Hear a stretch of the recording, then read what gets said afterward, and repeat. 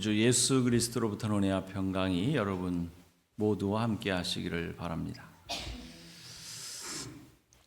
이 교회 안 다니시는 분, 기독교 신앙을 가지고 있지 않은 분들이 우리에게 그 불쾌감을 느끼는 것이 있습니다. 네. 기독교 신앙은 왜 평범한 사람들, 더 나아가서는 모든 인간을 죄인 취급하느냐라는 겁니다. 실정법을 잘 준수하고 양심적으로 잘 살아가는 사람들을 왜 죄인 취급하느냐 이런 거죠. 그러니까 우리가 말하는 죄 혹은 죄인의 의미와 일반 사람들이 생각하는 그 의미가 서로 다르기 때문에 벌어지는 일이죠. 어느 교회에서 주일학교를 담당하는 전사님이 어느 주일 아침에 어린 학생들에게 설교를 했어요. 여러분, 우리 모두는 죄인입니다. 그러니 하나님께 회개해야 합니다. 우리 하나님께 회개하려면 어떻게 해야 할까요? 이렇게 물었어요. 한 어린 학생이 대답합니다. 제일 먼저 죄를 지어야 합니다. 그렇게 대답했다 그래요. 우문 현답이라고 해야 하는지. 루터는 신학을 설명하면서 신학이란 범죄하고 버림받은 죄인인 인간과 그를 의롭게 하시는 구원자 하나님의 관계를 다루는 것이 신학이다. 이렇게 설명을 해요. 그러니까 인간과 하나님의 관계를 다루는 것이 신학인데 그냥 인간이 아니라 무슨 인간? 죄인인 인간. 그렇죠. 범죄한 죄인인 인간. 그리고 하나님은 구원자 하나님. 그래서 이 신학 안에서 이 죄론이라고 하는 것을 비중 있게 다루는 겁니다. 죄론.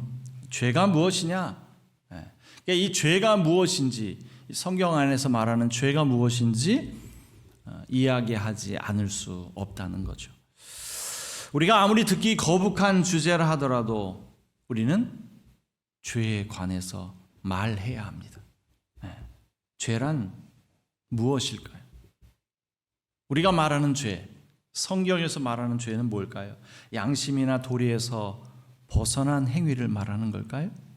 아니면 우리가 벌을 받아야 하는 그 일을 했을 때 그것을 죄라고 말하는 걸까요? 사회 통념상으로는 그렇다라고 말하겠지만 신학에서 말하는 이 성경 안에서 말하는 죄의 개념은 다릅니다. 여러분, 사실 성경 안에서 말하는 죄가 무엇인지에 관해서 말하려고 하면 이 시간 갖고 부족해요. 그죠? 죄에 관한 이야기는 굉장히 많습니다. 자, 그래서 이 짧은 시간 안에 그 모든 이야기를 다 할 수 없기 때문에 20세기 최고의 신학자라고 부르는 이 칼바르트가 말하는 죄가 무엇인지에 대해서 말씀을 드리겠습니다. 그가 말하는 죄 세 단어로 설명하고 있죠. 교만, 태만, 기만입니다. 교만, 태만, 기만. 자, 이 칼바르트의 통찰이 더욱 빛나는 지점은요. 그는 이것을 예수님의 삼중직, 예언자, 그 다음에 제사장, 왕, 이 세 가지와 서로 연결시키고 있다라고 하는 점이 더욱 빛나는 겁니다.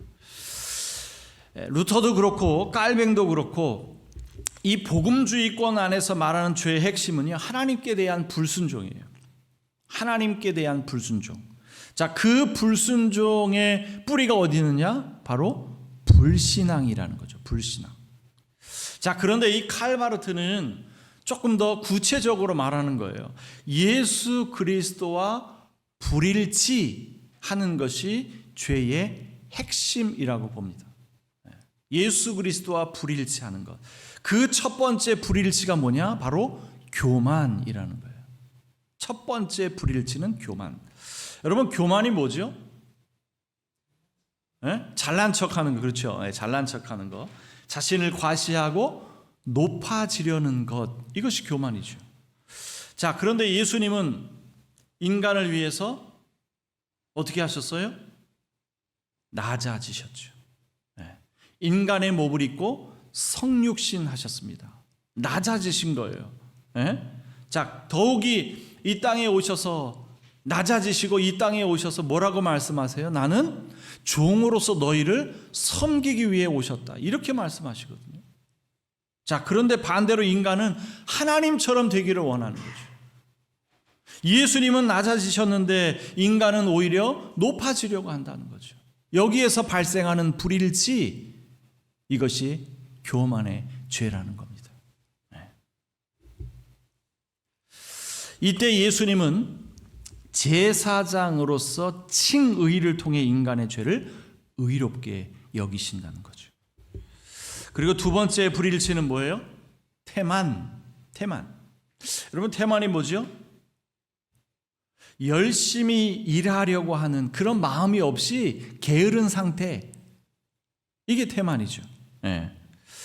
자, 하나님은 예수 그리스도를 통해서 우리의 이웃이 되어 주셨죠.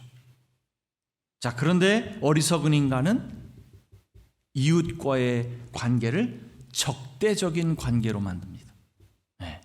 이웃에게 무관심하고 억압하고 착취하는 등 비인간성의 모습을 드러냄으로써 인간과 이웃과의 관계를 상실해버리고 마는 거죠. 예수님을 닮으려는 그런 노력과 훈련이 게으른 상태, 이것을 칼바르트는 태만의 죄다, 이렇게 말하는 거예요. 자, 교만은 높고 낮음의 불일치라고 말씀드렸잖아요. 수직적인 관계 속에서 높고 낮음.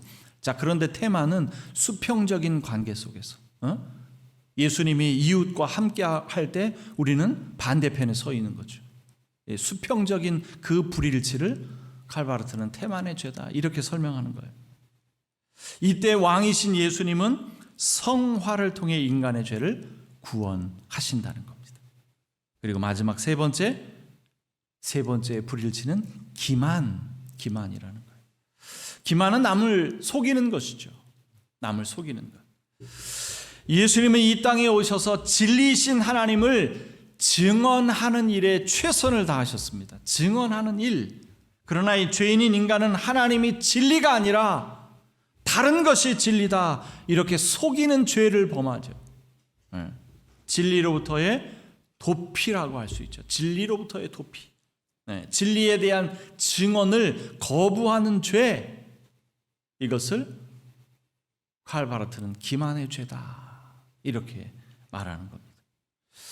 자, 이때 예언자이신 예수님은 인간을 무장시키셔서 증거하도록 하십니다.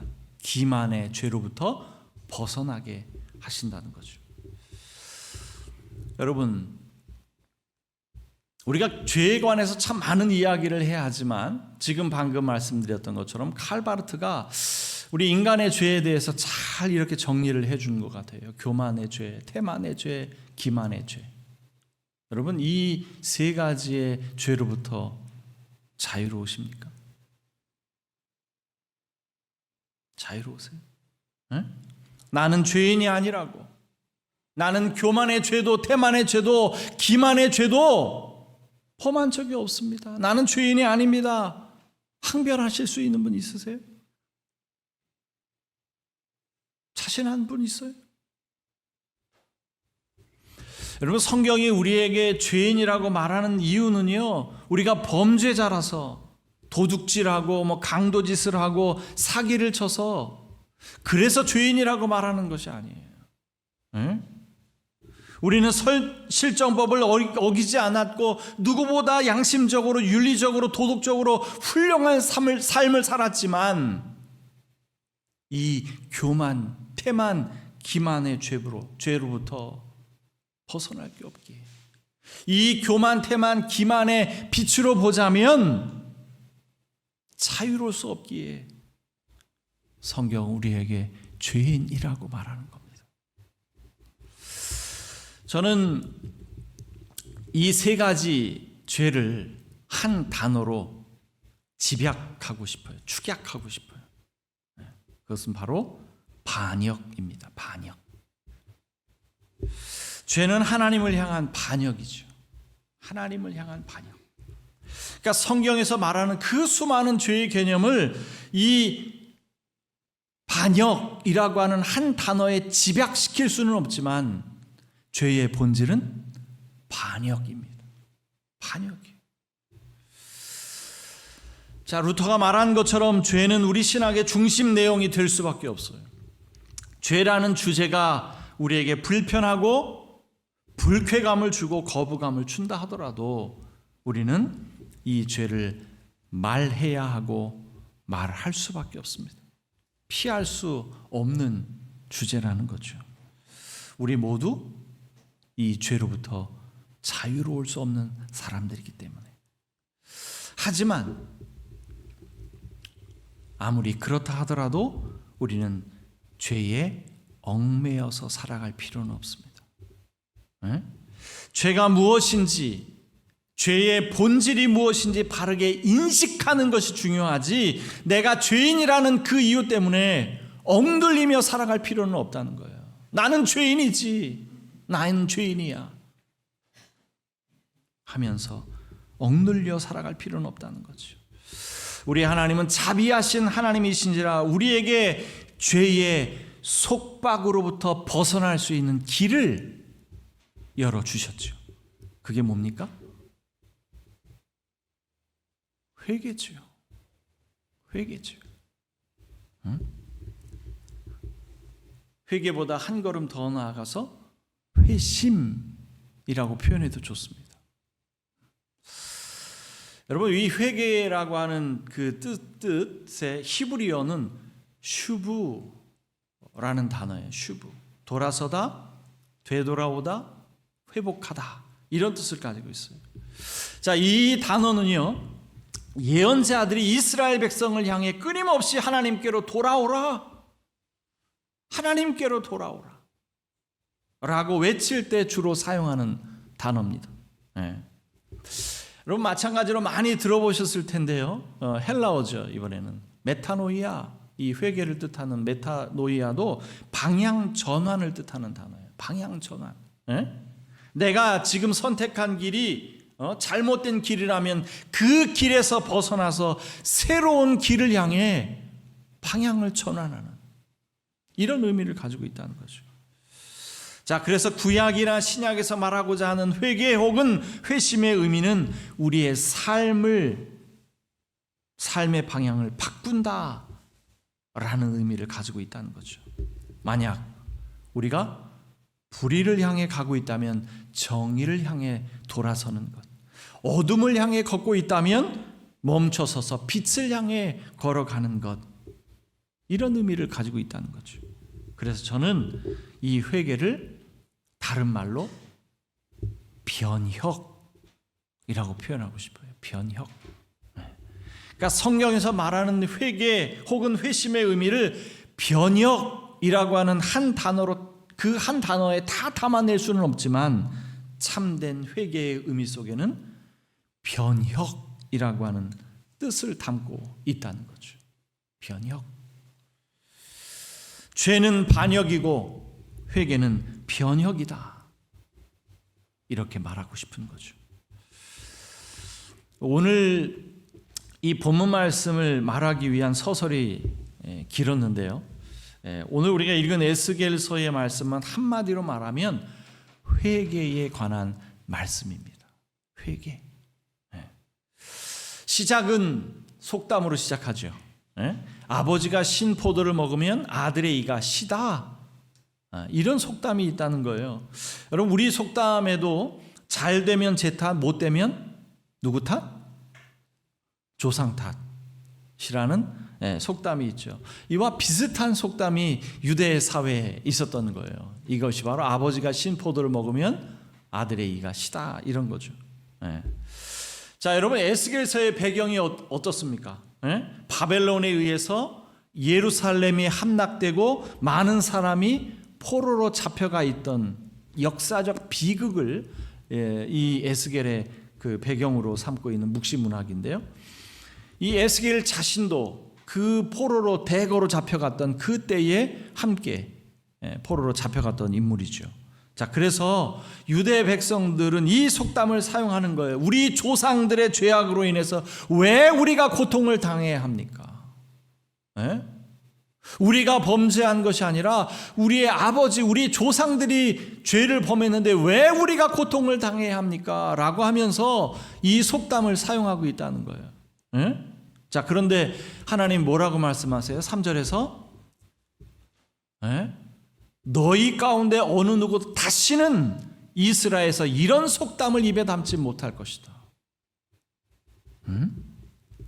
하나님은 자신들이 겪는 고통을 전적으로 조상 탓으로 돌리고 있는 이스라엘 백성의 어리석은 생각을 깨트리신다는 거예요. 이런 뜻이 반영되어 있어요. 여러분, 오늘 우리가 18장 전체를 읽지 않았습니다만 그 중간 내용이 뭐냐면 이런 거예요. 의를 행하는 아버지가 있어요. 그는 의로운 사람입니다. 그러니 반드시 생명을 얻게 되겠지요. 자, 그런데 그 아들이 있어요. 불행하게도 그 아들은 악행을 저지릅니다. 그런데 그 아들은 자신의 악한 행동으로 인해서 주님의 심판을 받게 될 것이라는 거죠. 자, 그런데 그 악행을 저지르는 아들에게 또 그의 아들이 있어요. 참 다행스럽게도 이 아들은 아버지의 악행을 보면서 나는 저러지 말아야지 하면서 의를 행한다는 거죠. 그 의를 행하는 아들은 어떻게 돼요? 생명을 얻게 된다는 이야기예요. 어디 아버지의 잘못 때문에 그 아들이 벌을 받느냐? 그런 것이 아니다. 이런 이야기를 하는 거죠. 의롭게 산 사람은 의롭게 산 대로, 악하게 산 사람은 악하게 산 대로 책임을 물을 것이다. 이런 말씀이에요.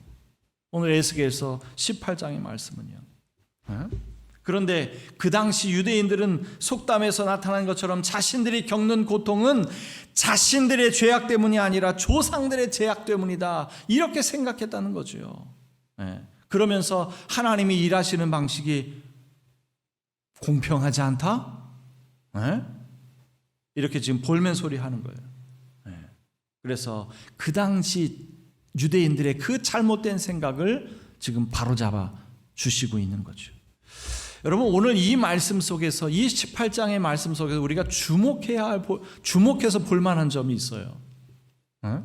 그건 뭐냐면 이 18장 후반절, 제가 21절부터, 18장 전체를 다 좀 분석을 해봤는데요. 21절부터 마지막 32절까지 거의 매 구절에서 이 슈브라고 하는 단어가 사용되고 있다는 겁니다. 9번이 사용되고 있어요. 총 19절 중에 9개가 사용되고 있습니다. 슈브라고 하는 단어가. 무슨 이야기예요? 예언자가 돌아오라, 하나님께로 돌아와라, 거듭거듭 강조하고 있는 거죠. 제발 하나님께로 돌이켜라, 촉구하고 있는 거예요. 하나님께로 돌아서는 것만이 내가 살 길이다, 이런 메시지를 선포하는 거죠. 그리고 마지막 32절에서 뭐라고 말씀합니까? 죽을 죄를 지은 사람이라도 그가 죽는 것을 나는 절대로 기뻐하지 않는다. 그러므로 너희는 회개하고 살아라, 나 주 하나님의 말이다.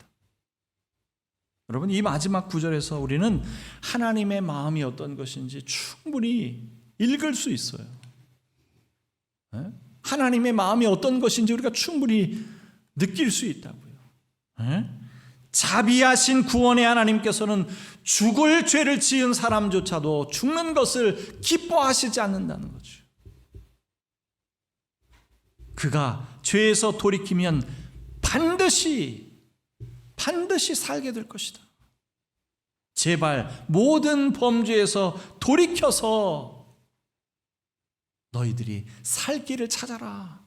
살 길이 있는데 왜 죽으려고 하느냐, 이런 말씀이죠. 제발 회개하며 살아라, 돌이켜라 외치고 있는 거죠. 여러분, 이 회개라는 것이요, 회심이라는 것이 예수님을 처음 알게 된 사람들에게만 필요한 걸까요? 천만의 말씀이죠. 천만의 말씀이죠. 회심은 변화의 순간이자 평생의 과정입니다. 평생의 과정이에요. 우리는 언제든지 죄의 나락으로 떨어질 수 있는 나약한 존재들입니다. 앞서 말씀드린 것처럼 교만과 태만 그리고 기만의 죄는 언제든지 우리를 집어삼킬 수 있는 위협적인 것들입니다. 그러니 신자들에게 있어서 회개와 회심은 필수적인 거예요. 필수적인 거예요. 그래서 종교개혁가 깔뱅은 신자의 삶은 회개하는 삶이다 이렇게 말한 겁니다. 나는 진정으로 회개한 사람일까요? 우리는 진정으로 회심한 사람일까요? 여러분 궁금하세요? 나는 진정으로 회개한 사람이고 진정으로 회심한 사람인가 궁금하십니까? 알고 싶으세요?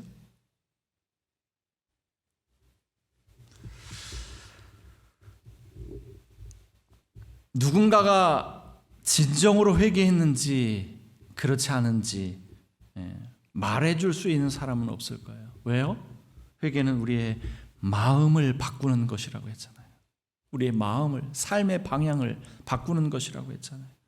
우리의 마음까지 꿰뚫고 보시는 하나님만이 아시겠죠. 우리가 진정으로 회개했는지 안 했는지. 그러나 우리가 커다란 그 통창을 통해서 훤히 들여다볼 수는 없지만 조그만 구멍을 통해서 엿볼 수는 있어요. 여러분 옛날에 이 문풍지 구멍 뚫어가지고 엿보는 거 아시죠? 네, 그런 것처럼 조그만 구멍으로 엿볼 수는 있다고요. 네.